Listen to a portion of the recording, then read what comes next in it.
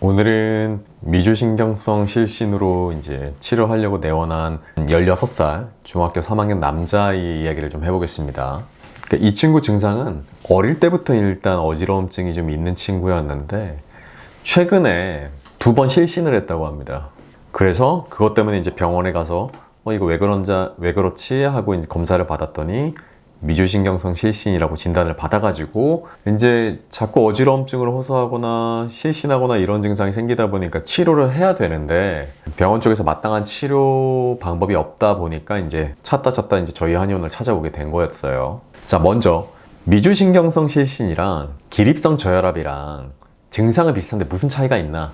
둘 다 어지럽다가 실신하는 거 비슷하거든요. 자, 이 두 가지 차이 먼저 이야기를 해봅시다. 미주신경성 실신은 좀 스트레스 상황, 예를 들면은 많이 힘들거나 과도하게 피곤하거나 막 날씨가 너무 덥거나 뭐 사람 많은 버스나 지하철 같은 데서 이제 굉장히 좀 압박감을 받거나 이런 어떤 스트레스 상황에 놓였을 때 그럴 때 이제 증상이 확 발생하는 경우가 많습니다. 이게 왜 그러냐면 우리 자율신경계라고 해서 우리의 몸에는 이제 교감신경이라는 부분, 부교감신경이라는 부분이 있습니다.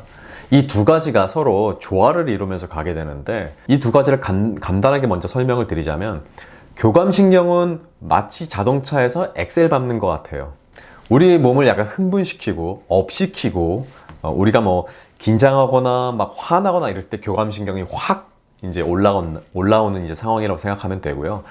부교감신경은 그 반대입니다. 몸을 다운시키고 이완시키고 이런 것이기 때문에 마치 자동차에서 브레이크 같은 역할을 한다 라고 생각하시면 돼요. 근데 교감신경이 우리 몸에서 막 항진이 되면 이게 너무 흥분되면 안 되니까 부교감신경이 쭉 올라오면서 이 흥분도를 편안하게 이완시켜주는 그리고 너무 이완되면 사람이 너무 우울하고 다운되니까 그때는 또 교감신경이 쓱 올라오면서 서로 그 균형이 사실은 맞게끔 우리의 몸은 이제 설계되어 있어요. 근데 미주신경성 실신은 이 중에서 이 스트레스 상황에서 우리가 원래 교감신경이 흥분된다고 했잖아요. 근데 부교감신경이 이 흥분을 진정시키려고 싹 부교감신경이 항진이 되는데 너무 과도하게 항진되는 거예요. 그래서 몸이 이완되고 혈관이 이완되고 이러다 보니까 뇌 혈류량이 줄어들고 갑자기 뇌 쪽으로 피가 가야지 우리가 생각도 하고 호흡도 하고 진행이 되는데 갑자기 뇌로의 혈류량이 떨어지면서 순간적으로 확 실신해 버리는 거예요.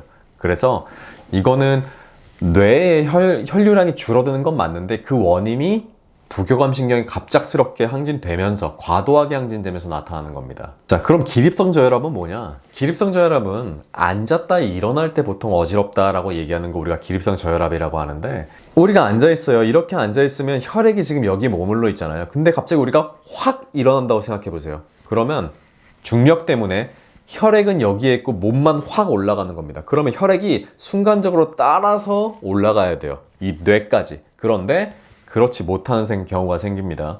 내 몸은 확 일어나는데 이 혈액이 뇌까지 따라 올라오는 속도가 조금 느린 경우에 순간적으로 어지럽고 이게 심한 경우에는 탁 실신하면서 이런 증상이 생기는 걸 기립성 저혈압이라고 합니다.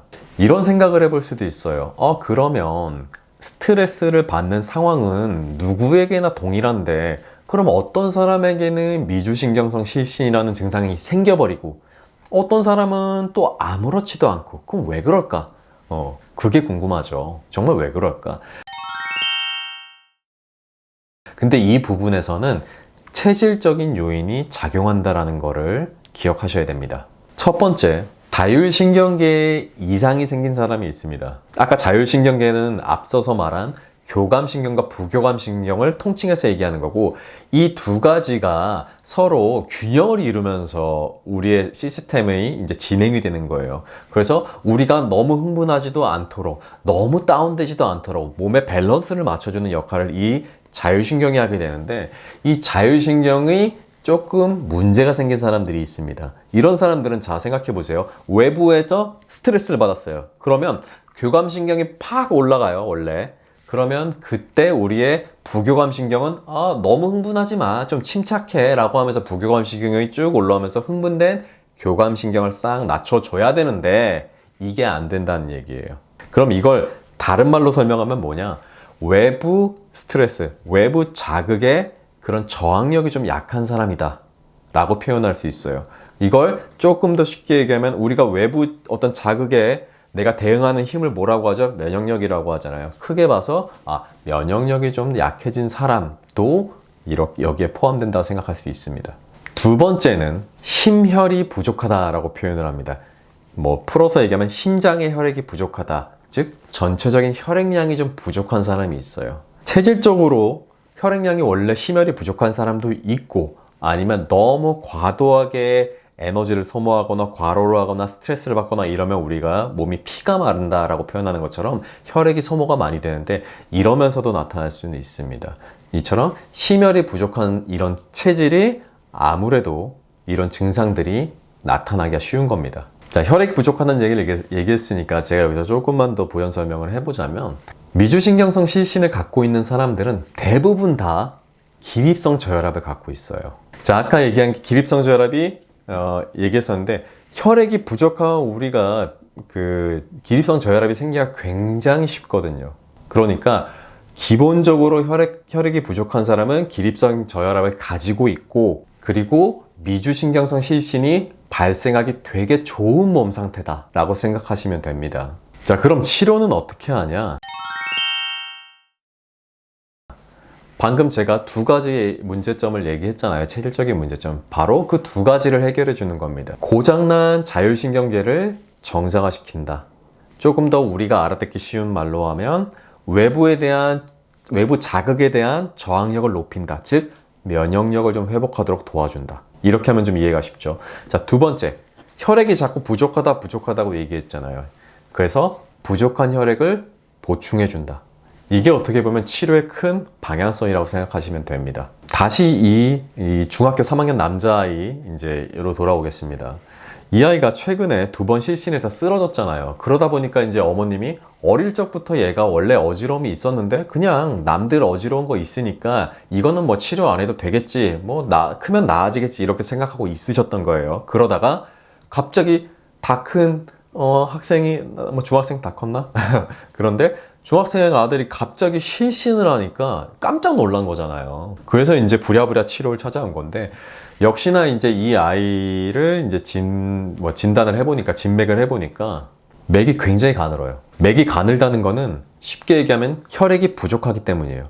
혈액이 부족하면 맥이 가늘어지고, 혈액이 풍부하면 맥이 두꺼워지는데, 진맥할 때 이 아이는 맥이 굉장히 가늘었기 때문에 혈액이 굉장히 부족하구나, 그리고 혈액을 채워줘야 되는 애구나, 그리고 어릴 때부터 어지러움증을 계속 갖고 있었다는 것만 봐도 이 아이가 빈혈 증상을 계속 갖고 있네, 혈액적으로 부족할 가능성이 높겠네는 진맥을 안 해도 사실 알 수 있는 거였는데, 진맥을 해보니까 정확하게 나온 거죠.